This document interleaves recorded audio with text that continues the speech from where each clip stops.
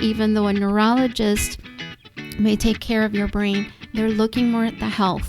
I'm looking at the function. I'm looking to make sure that you do have the best brain that you can have so that you can be the best person that you choose to be, not that consequences cause you to be. Welcome to the Exercise is Health podcast, where we're talking about exercise, health, and the interconnectedness of the two. We are your hosts, Charlie and Julie, and we will be coming to you every single week from our studio, Muscle Activation Schaumburg. Hey, welcome back, everybody, to the Exercise is Health podcast. We are your hosts, Charlie and Julie, and we are coming to you from our studio, Muscle Activation Schaumburg in Schaumburg, Illinois. Now, at Muscle Activation Schaumburg, we believe your health is your most valuable asset. Your health is one of the biggest influencers of the quality and quantity of time that you have. And while there are many aspects of health, our expertise is exercise. Exercise has been proven time and again to not only improve your health, but also increase your longevity and improve your quality of life. But we know that exercise is not the only piece of the puzzle, and that is why we are bringing you a rock star guest today, none other than Dr. Ingryd Lorenzana. Dr. Ingryd Lorenzana is an international award-winning optometrist and vision specialist, the creator of the groundbreaking Cognition protocol, and a true believer in brain training through vision as an effective method to succeed in school, excel in sports, and increase productivity in the workplace. After the personal journey of struggling for decades with reading speed and comprehension, secondary to an eye muscle imbalance known as convergence insufficiency, and realizing traditional treatments were limited to targeting the eye instead of the brain's vision control centers where vision is processed, Dr. Lorenzana created Cognition to treat the brain, not the eye. Cognition is a brain fitness protocol that capitalizes on the power of vision pathways as a brain's dominant method of input to develop the high-speed processing neural infrastructure network within the brain necessary for high-speed brain performance. Exclusively offered at Vision and Sensory Integration Institute, Cognition benefits anyone wanting the brain performance to have the competitive edge in sports, maximize productivity in the workplace, and accelerated learning in the classroom, but is most beneficial to anyone diagnosed with a neurofunctional condition that includes, but is not limited to, ADD, ADHD, concussions, sensory processing disorders, dyslexia, traumatic brain injuries, and reading disorders. Dr. Ingryd, thank you so much for joining us and welcome to our show. Oh, thank you so much for having me. I always am so excited at the opportunity to be able to talk about my life's work. Well, wonderful. And my life journey. Yeah, we want to hear all about it because from your bio, this Cognition stuff sounds awesome. Awesome. So why don't you kind of kick it off with, like you're saying, your life's journey, how you got from your schooling into optometry and then neuro-optometry and developing Cognition? I always say optometry chose me. I didn't choose optometry chose me.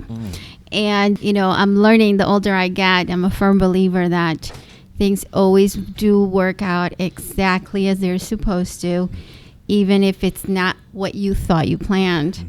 And as a child, I've always been very smart, very curious. I was fascinated by the brain. So it was my desire to become a neurologist.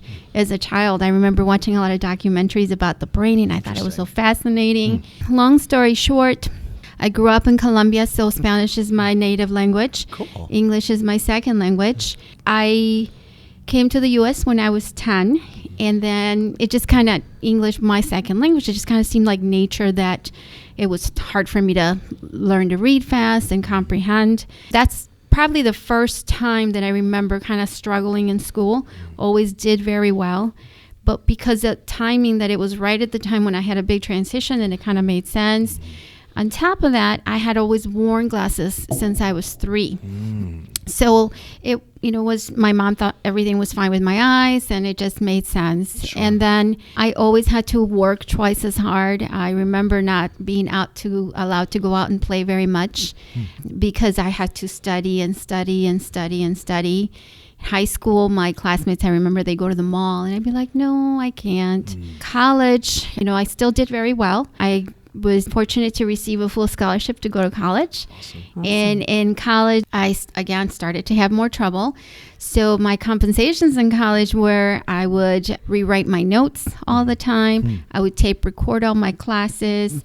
I remember sleeping while listening to the tapes of my classes.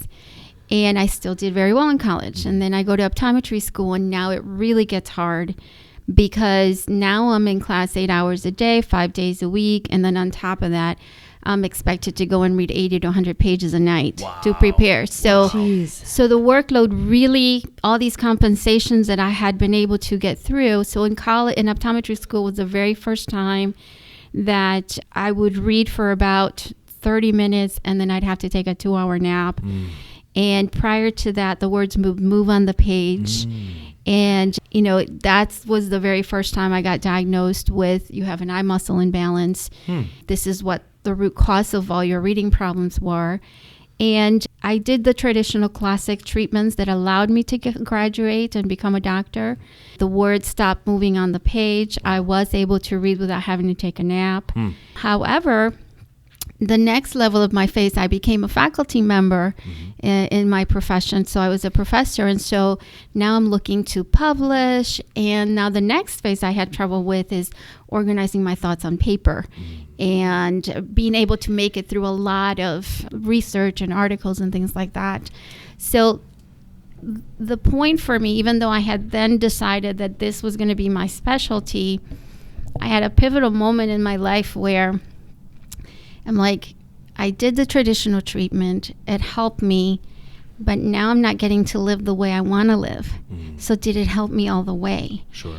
And these visual conditions have a component to them where there is a psychological component to them other than the everyday things that you go through. So I remember thinking, did I even pick the right profession? How can I be recommending something to my patients? That's probably was the biggest point.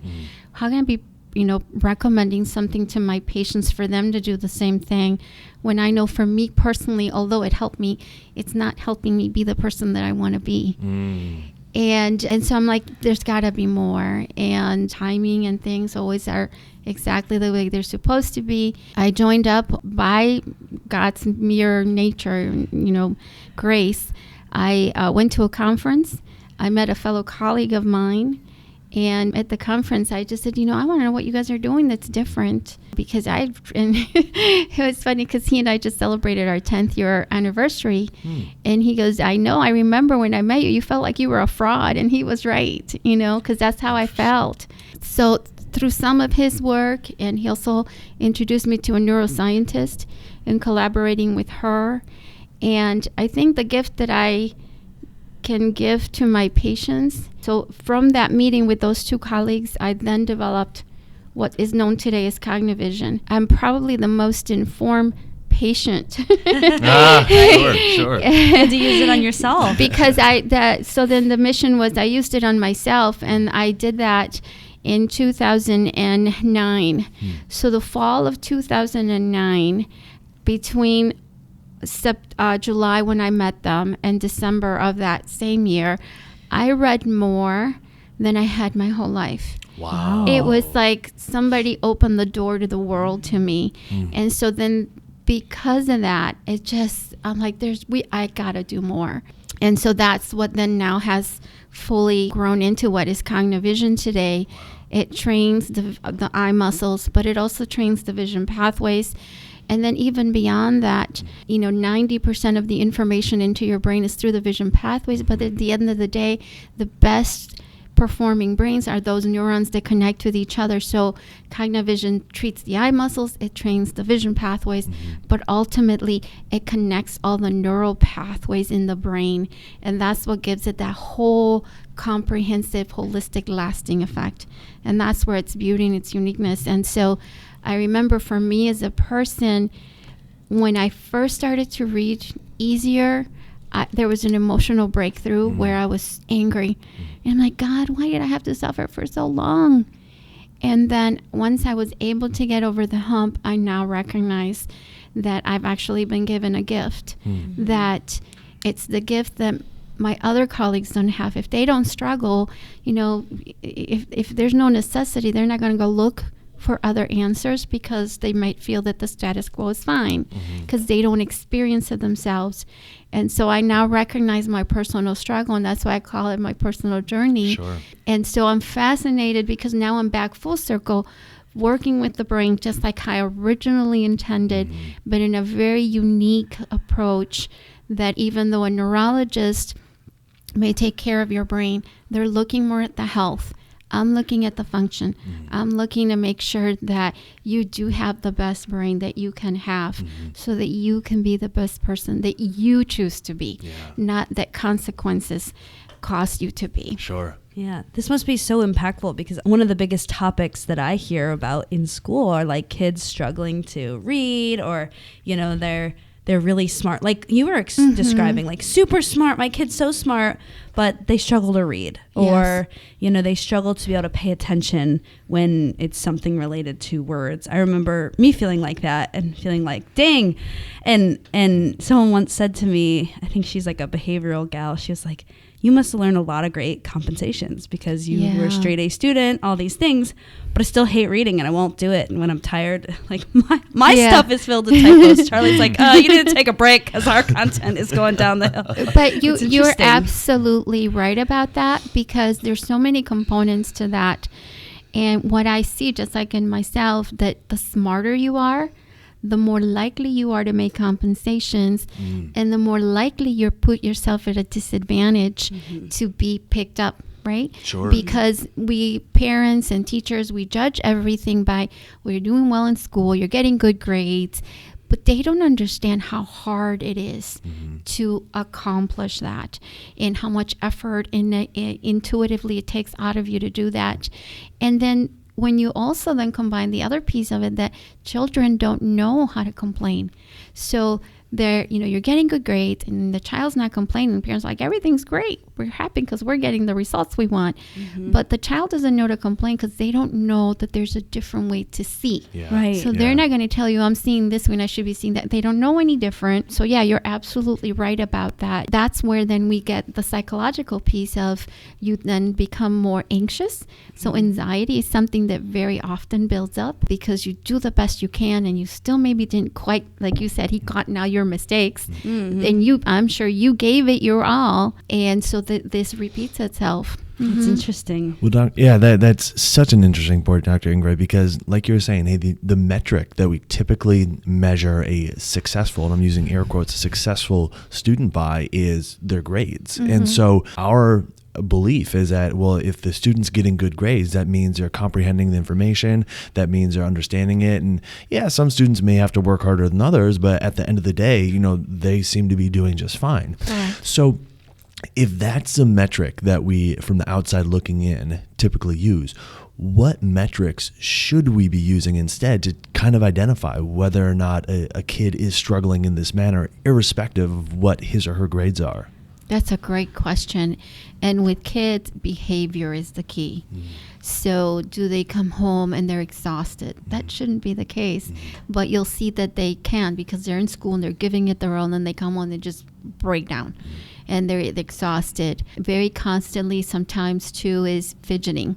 They're trying to kick in, so going back to athletics, right? So if you can't get your brain to visually engage through the most efficient way, which would be your visual system, you're going to kick in whatever other things you can. So that's why kids very often start fidget. You kick in extra endorphins to kind of wake up the brain through some other neural pathway to get it. So you see constant fidgeting. You also see frustration. So you can see both ends of the spectrum. You can see frustration. So you get these kids who they try and then they just can't get it and they just lash out. And so that we're saying it's a behavior issue. Or you get the other kids who try and they just break down and then they have the anxiety piece. So girls are very commonly, they get stomach aches, whereas boys are like, I'm done. And then they just lash out. Yeah. So behaviors that aren't consistent with what your child's personality to be are signs. Wow, that's just fascinating because I mean, I think, we all know people, or we've all experienced being around people or being around children that have, acted in some manner like that. Like you're saying, not how we are expecting them to be, not how we know them to be. We all felt like exhausted after going through a really kind of mentally draining thing, or what might not even be a super cognitively challenging thing, but for whatever reason, it was just like, wow, I feel way more tired after this than I should. Do you see these issues in not just kids, but adults as well? Or is it something that people kind of grow out of? No, it's absolutely, you see it and it carries on, right? And it actually becomes even more frustrating when you're an adult, because now your demands are greater. Mm-hmm. And so because you don't outgrow it, your compensations get worse. You become more unproductive. And you become frustrated. And I believe that that's a big component. It's why you get a lot of grouchy people. Sure. Because everyone really is truly trying their best. Mm-hmm. But if your productivity, it doesn't match up the effort that you gave it, of course it's going to be a self-defeating journey. Mm-hmm. So Wow. So can you tell us about, what do normal optometrists look at, and what are you looking at? So that's a great question too. You guys are asking awesome questions. So first, let me take it back a step. Very often patients are still not very clear on what's the difference between an ophthalmologist and an optometrist. Mm-hmm. And, optometry used to be more focused on optical things, but our profession has really grown. And really the main distinction today is that ophthalmologists are more likely to do surgery, whereas optometry not. So we both look at health. We both look at treating, diagnosing any kind of visual condition. So that's in a nutshell. What makes me unique as a neuro-optometrist mm-hmm. is that when we talk about the visual system, what we most are familiar with is sight. Mm-hmm. And sight is your eye's ability to detect images clearly. And so that's what we all know about, do you have 20/20 vision or not piece, right? So if you can detect a clear image, then you're more likely to do that. And if you can't, then do you need glasses and contact lenses to get you there? However, we all think, we have this misperception that that's what vision is. And in reality, that's only about 1% of vision. The other rest of the other big piece of vision is how well do the eyes and the brain communicate with each other. Mm-hmm. So the pathways that connect the eye to the brain, I personally give them, and I love it because people get it when I say that, is the pathways that connect the eyes to the brain, because 90% of the information that goes into your brain for your brain to perform goes through those pathways. Mm-hmm. I said that's your personal internet.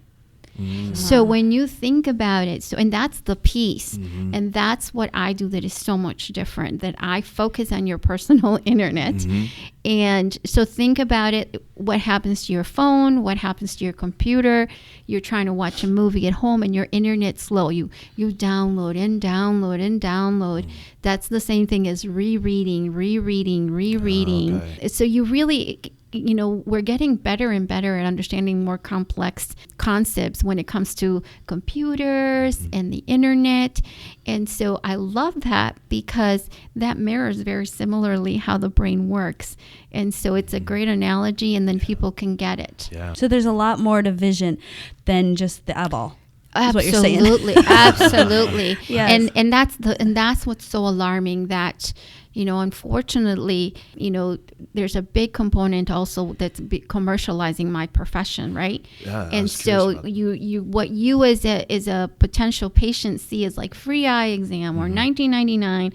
So not only are they focusing on the lower component or the smaller component of vision, but they're also minimizing its impact. Interesting. And so as a general public, people walk away thinking, well, my vision's not that important. Mm-hmm. I was flabbergasted. I went to have my daughter have her ears pierced, and it would cost more to have her ears pierced than it would cost for an eye exam. Wow. And I was just...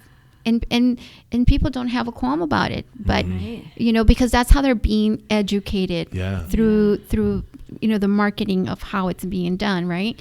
That it's being devalued, that your eyes are not that important, and if you can see clearly, everything's fine. Sure. When in reality, that's the smaller piece of the overall puzzle. Interesting. And Go ahead. Go ahead. And then the other point to that is that not only are we paying less attention to our vision, but when as a society we're changing, where now the visual demands are even greater with more digital devices. Right. Yeah, that makes sense. You know, children were expected to read by second grade. Now children are expected to come out reading by kindergarten. So the demands are greater, and then the challenges are greater, and then we're putting less emphasis on it. For me personally, as a professional, it increases my market, right? Sure. It increases my need, but yeah. Yeah, we feel the same way with exercise. It's like, oh, download this app for $7, and but in a way, it's good for us because it leads people. I mean, not good for them. It leads people down an inaccurate path, where then they'll need to ask for help later. But it's interesting because you brought up this. It's almost like our society is fueling this fallacy that just get it checked for $5 and. Which is not great because then people leave thinking, well, my eyes are fine, or I just got these glasses, now they're fine, and they still have a problem, or they're still experiencing that frustration. And so it really doesn't solve a problem that maybe is there, and they just didn't know what to look for. Exactly. Which is crazy. And what's even worse about that's another great point, because sometimes it's better to not know something than to walk away with the false perception that it's all okay, right? And that's the problem I have with exactly like what you said. And the same thing with like vision screenings. Vision screenings are the same. I mean, I know that there is a good intention behind vision screenings, but what we consistently see is that patients will now say, oh, everything's fine. I was told everything's fine. They walk away with this false perception that, at least before they're like, oh, maybe I should go get my eyes checked because I've never had them checked. At least that's a better scenario than, you know what, I had the screening and everything is fine. So here we are 10 years later, and I could have been in a much better place had it not been that misperception. Yeah.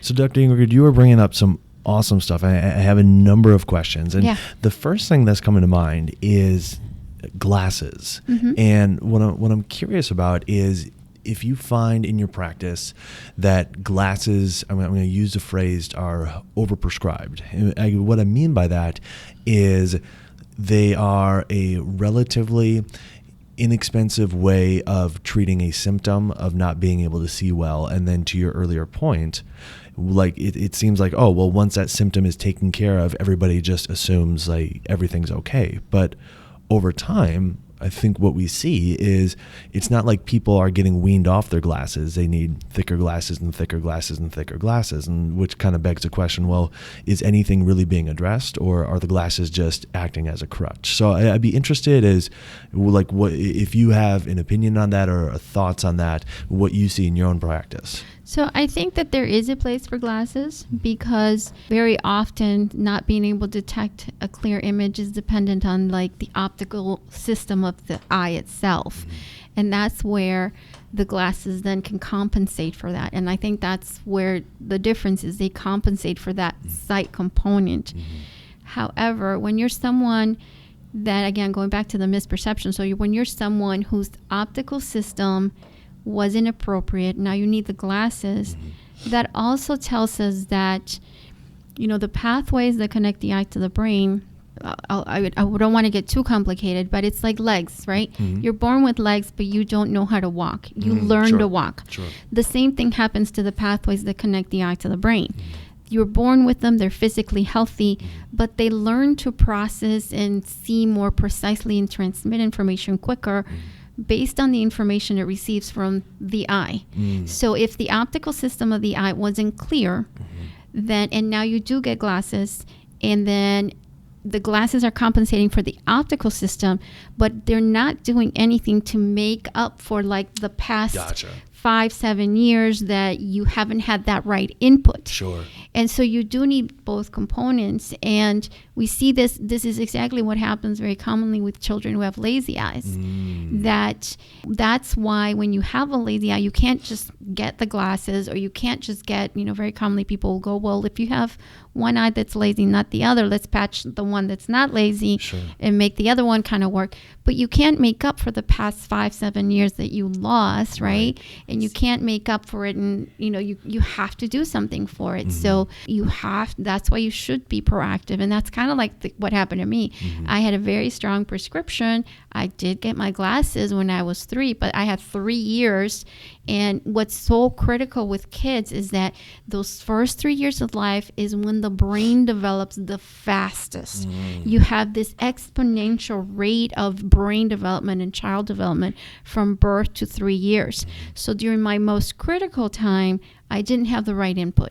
Great, I had the glasses, so I was already not processing fast enough, right? My eye-brain pathway didn't develop, and then now it just kind of all these other things fell into place. We're like, oh, it's easy for us to find, a compensation or excuses. Oh, it's this or it's that.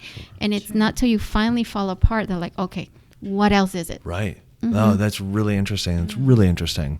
Now, another thing that you brought up, and you've referenced it a couple times now, is that 90% of sensory input is coming through our vision, like our visual cortex. Am I correct with that? Yeah. So the pathways there's pathways that connect the eye to the visual cortex, and then the full control center is in the visual cortex. Okay. Very cool. So you were saying that by not just addressing the eyes themselves, but actually addressing the cognitive part of vision, that has the potential, and I'm guessing you see the effects of it affecting multiple other systems within the body. Oh, absolutely. Can you talk to us about that? Because that is just fascinating. So here's the truly fascinating part, right?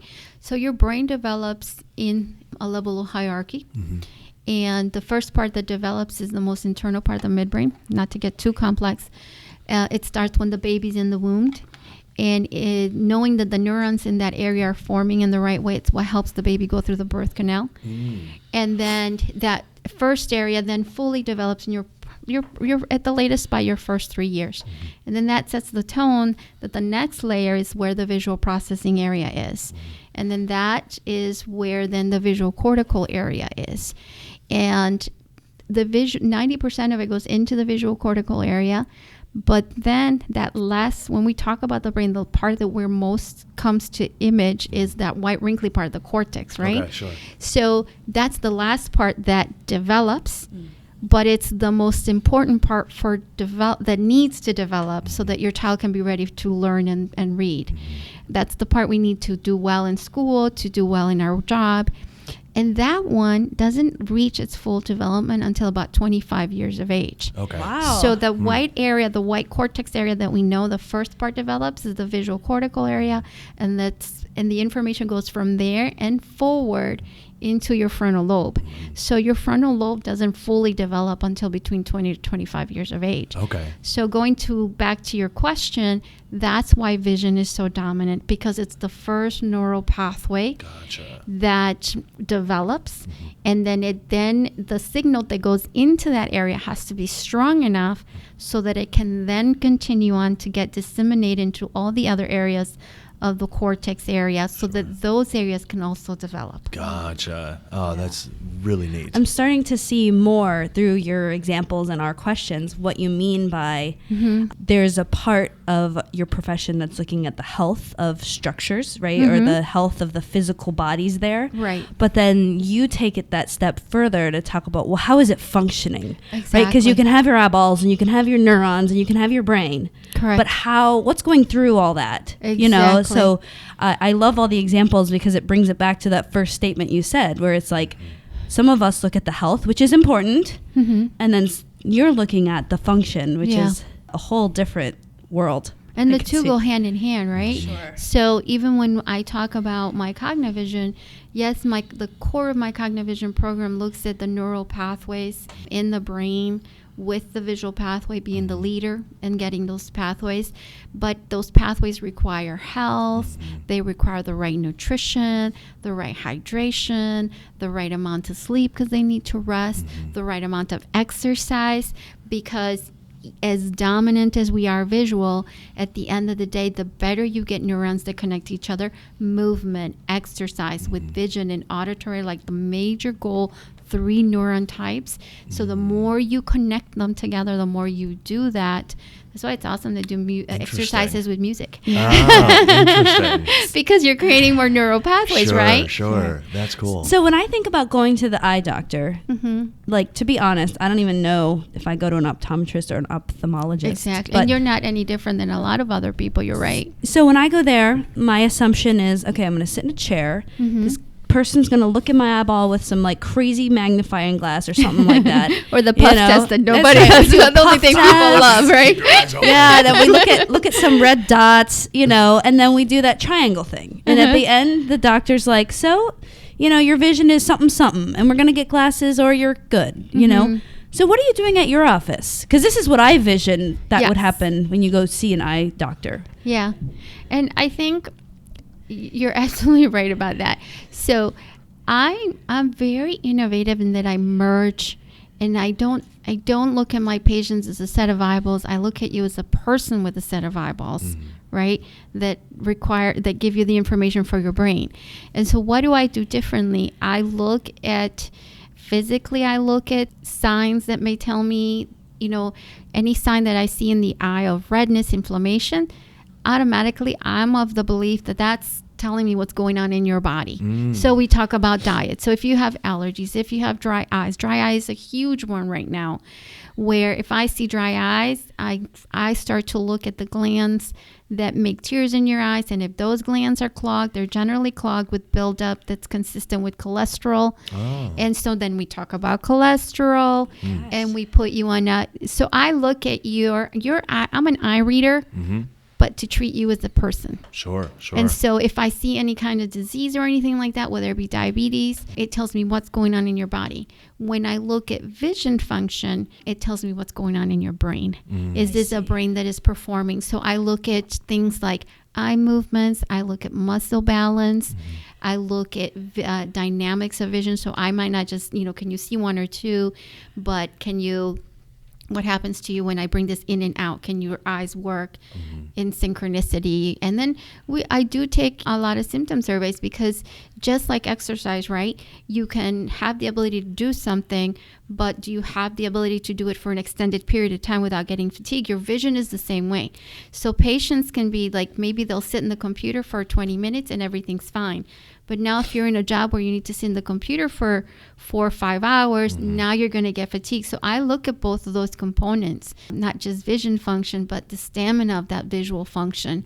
And that's part of the reason why I made the personal choice to have my own private practice. And I always tell my patient, absolutely, I could be making tons more money and a lot less stress if I worked for someone that told me how to treat you and what to sell you. I'm here to help you. I know the personal challenges that I had. And if I can make a difference in anyone else's life to make it a lot easier than I do, then I feel that it's the journey. I see it as a gift. And that's why I practice the way that I do. Yeah. That's awesome. That's really cool. Can you talk to us more about the Cognition process? And, you described kind of your overarching philosophy and a little bit about what goes on at your office, but I want to dive deeper into Cognition itself and, disclose what you feel comfortable, because I know it's a trademark process, but I'd be curious kind of what happens if a patient goes through it. So most of the patients that come to see me are either they're really having a particular problem. Their child, I get patients that have been diagnosed with ADD and the parents go, I'm looking for everything but medicine. So, I get patients who have concussions. I get patients traumatic brain injury. I get children with lazy eye. So most of the time, because of that, the Cognition approach really takes care of that person, looking at it holistically, your development. I mean, it's very intensive. We go through a very extensive process where I would do an initial evaluation, take a history, what are your goals? And if you do decide you want to go forward, where I think the Cognition is really the way to go, because now we need to get you up and running and be successful and thriving. Then you come back for a 2-hour evaluation where we look at all the three main layers of the brain and how they're performing. Sure. Let's say you're not in that phase, right? And let's just say you think you're coming to see me for an eye exam because you're happy-go-lucky, right? I will still go through, like I mentioned to you, I look at my visual evaluations in a different approach. and I might give you strategies, right? That maybe you're not struggling, but what about if I just inform you that you could be better? And we start out with it's a visual wellness program about minimizing or how to, do better digital device hygiene. What about what are the right nutrients you should take? Exercise is a huge one. I mean, one of the big things I always recommend to my patients is, the better your brain is, the better your vision is going to be, and therefore the better you're going to be overall. So the big things I always say to my patients, you got to sleep, you got to hydrate, you got to eat right, you got to supplement, and you got to exercise. Movement is critical for brain development, whether you're developing those neurons as a child or whether you want to keep that function as an adult and not develop into Alzheimer's and dementia. So exercise is huge. Movement, exercise. Very cool. Very cool. So it sounds like you're working with more than just kids. I mean, absolutely. Maybe predominantly kids, but I can imagine a process like this would be really good for like a CEO that wants to be high performing, or like your bio said, athletes. Absolutely. So especially, if you're a CEO and let's say you're someone who's had something that's been undetected and undiagnosed, and yes, it has a huge impact on the quality of your life. If you can be more productive, get more work done in less amount of time, now you can either have more time to play or spend with your family. Absolutely. So I wanted to jump back. As I said, my vision of going to see the eye doctor is like, you go once a year, and if you forget, every 5 years is fine too, whatever. But when people work with you, it seems like because you're not just prescribing them like, oh, here's a pair of glasses, or here's some contacts. You mentioned this Cognition as like a brain fitness protocol. How frequently are people coming into your office to train their brains? Or is this, they do something at home and it's a program?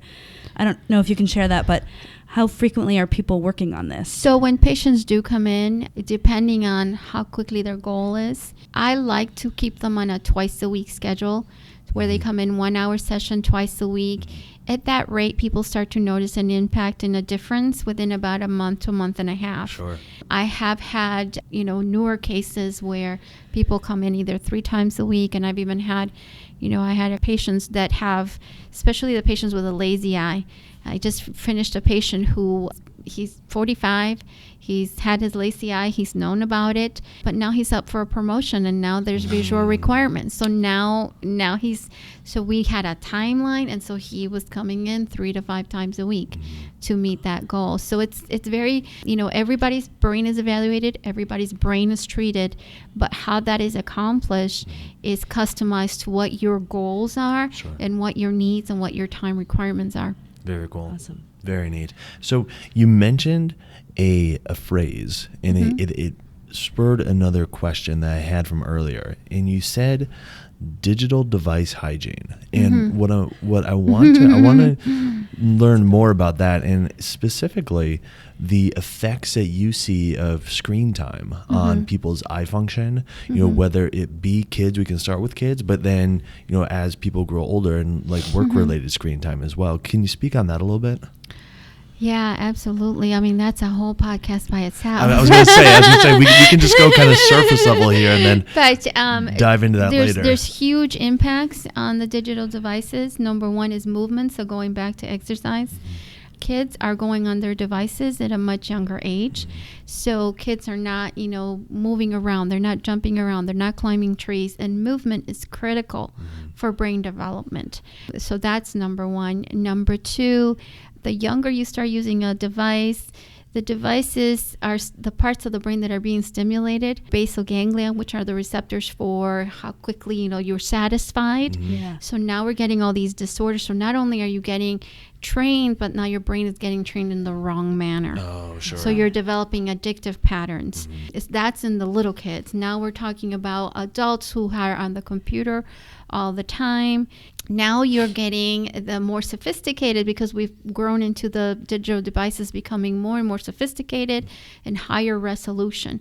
Well, the higher resolution on the device, the more that it emits blue light. Okay. And the harmful effects of blue light are both functional as well as physical.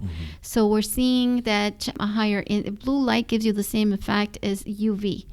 So it's like getting the same effects of what you, if you didn't protect your eyes from UV. So cataracts, macular, you're at higher risk for developing cataracts at a younger age, macular degeneration. Those are on the health component of it. On a functional component, which are more common, are another one that I forgot to say about the health component is dry eyes. Oh, that's a huge one. Interesting. And again, that's another topic by itself. But on the functional component, it overstimulates. So you have the receptors in your eye. So it overstimulates the cells in the eye that send input to your body's clock. And so that's what we're seeing. So if these cells that are supposed to send the signals to your body clock to tell you if it's time to wake up or time to go to sleep, if they're overstimulated, it shuts off your body clock. So now that's why kids have a hard time falling asleep. And so one of the guidelines is don't look at any digital devices at least 90 minutes before bedtime so that you can let those cells calm down. If it's time to wake up, and so your body doesn't know, do I make, cortisol? Do I make melatonin? Your body doesn't know to do that. Sure. And so that's why we're getting all of these inattention issues, because now they didn't sleep well, now they can't pay attention. And then with the adults, we're getting tons of headaches, a lot of light sensitivity, a lot of headaches, because and so that's what's now leading to a device that's called blue light filters. It's called a blue tag, so you'll see it more and more.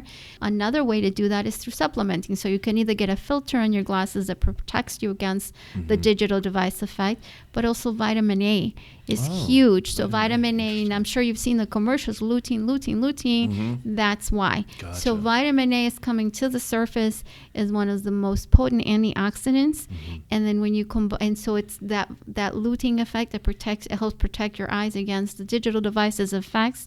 But when you combine it with fish oil, studies are actually showing that it's so powerful, it's helping reduce Alzheimer's and dementia effects. And in some cases, either slow it down or regress it. So that's awesome. And that's why we talk about all these things: what you eat, what you do, what you supplement, how well you rest, how well you hydrate your body, how much do you exercise. Those are like the core things that we talk about in vision wellness. Well, that's so cool. I mean, I know that I take lutein every day as well as a fish oil, but I didn't know that component. So that was, you have more really ammo cool. to take it. Exactly. That's really cool. Dr. Ingryd said. We also, right? Well, we also wear the blue light blocking glasses. Exactly. Mine That's look awesome. like giant construction glasses.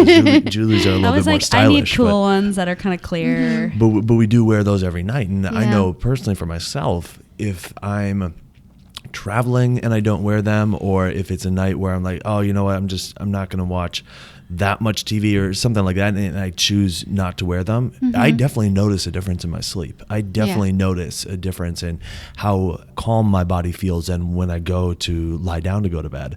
So I would have to agree, just anecdotally, what I've experienced within myself, it makes a huge difference. And so that 90-minute rule, I think, is a really good thing. Yeah, and the other big thing too when it comes to sleep, so sleep of course is critical for your brain health. So number one, the 90 minutes, and then also I'm a huge proponent for wearing the night shields, because the darker the room is, the more that you're calming down those receptors. And so then the brain's getting really that full sleep. Sure. Very cool. You even notice, like, even when you close your eyes and the room is like semi-dark, it still isn't as black as black when you have the blackout blinds or whatever. So, Well, Dr. Ingryd, that is all awesome stuff. To learn that vision is more than just like the ability to see, but the ability to kind of interpret what you're seeing, your brain's ability to function with that and do something with that information. That's just so powerful, because it's something that I had never heard of before. So talk to us, for our listeners, if they are wanting to improve their brain's function in order to be able to comprehend what they see better. You talked about movement, you talked about supplementation, you talked about, monitoring screen time. Is there anything else that you would recommend people doing on a regular basis in order to be able to help improve their brain function from the way that you look at it? Exercise is huge. Exercise is one of the top 3 things. So vision, auditory, and movement. So exercise is just huge, not only for the brain, for the visual component, but just overall for even, great studies coming out about Alzheimer's and dementia, Parkinson's, you want to move. Sure. So I usually, when I always, I tell my patients, if you remember nothing else, remember these 5, because you have 5 fingers. So yes, what you eat, yes, how you supplement, yes, your sleep, yes, hydration, and exercise. Okay. I'm like, these are 5 things. And they're like, they'll look at their hands. You'll remember these. And then the other 5, I talk about like the critical supplements, I say. So yes, a multivitamin, yes, your fish oil, yes, your vitamin A, yes, your vitamin D, and a probiotic. Okay. Now, other people may add other things to that for their own individual reasons, but those are the 5 core things I say that you should do. And not only will that help with, just your overall health, your overall vision, dry eyes, I mean, just in general. That's awesome. With everything. Very cool. So I'm curious, and what do you do on a daily and weekly basis to kind of promote your own health? That's what I do. Nice. I love it. And I think the one added thing that I've had to work really hard at, also that's very critical, is giving me my me time. Yeah. So yes, Big. doing all those things, but giving me my me time so that I can, whatever it be, whether it be read a book, meditate, listen to music, whatever it is, but scheduling your own self in your own calendar, in your own agenda. Because at the end of the day, you can do everything you do for yourself, but if you're still not, you want to minimize the stress. Yeah. And so that's how you do it. Then that's the best way you'll be for everybody else around you. I love that. That's I awesome. could see you being such a passionate person in your career life that it can kind of suck you in. So I'm sure sometimes scheduling that me time can be difficult. I know Charlie and I are the same way. We're like, okay, we love being here, but we can't be here for 18 hours a day, every day. So make sure we go home and eat sometime. But I can see you being very similar to that. Absolutely. Yeah. And my family's a big part of our practice too, and so it can, because we're all like, but Sure. but scheduling that me time is the one thing that I think I've personally have had to been proactive about. Sure. That's wonderful. Now, Dr. Ingryd, let's say somebody's listening to this and they feel like they're underperforming, or they have a kid that is, fidgeting a lot, or they're having those emotional outlashes like you were talking about. How can somebody connect with you, find out more information about your practice, and schedule something with you? So, I think the easiest thing is to go to our website, VSSI, so V as in Victor, S in Sam, 2 I's, online.org. And then you can just reach out to us. We have either very minimal surveys or very extensive surveys so that people can have, very often, again, they don't know to associate a lot of the symptoms that may be going on with them with their vision. So we can always provide them with one of those, and then they become very aware, oh my God, I didn't know that this was all related. Sure. And I think that's a great place to start. And then I also do free phone consultations as well.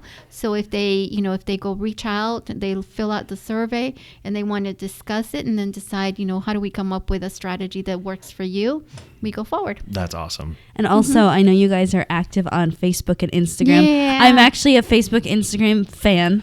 And so if you follow them there, they're always showing cool activities that Really they're doing cool. or their visual sensory exercises. So make sure you follow them on Facebook and Instagram. We'll make sure to tag the website, the phone number, and all the social media outlets in the show notes. Definitely. Now, Dr. Ingryd, the question that we always like wrapping up with for all of our guests is, what is your definition of health? My definition of health, happiness. And Nice. I think it's because when I feel good, when I physically feel good, then I feel accomplished. And when I'm accomplished, I'm not stressed.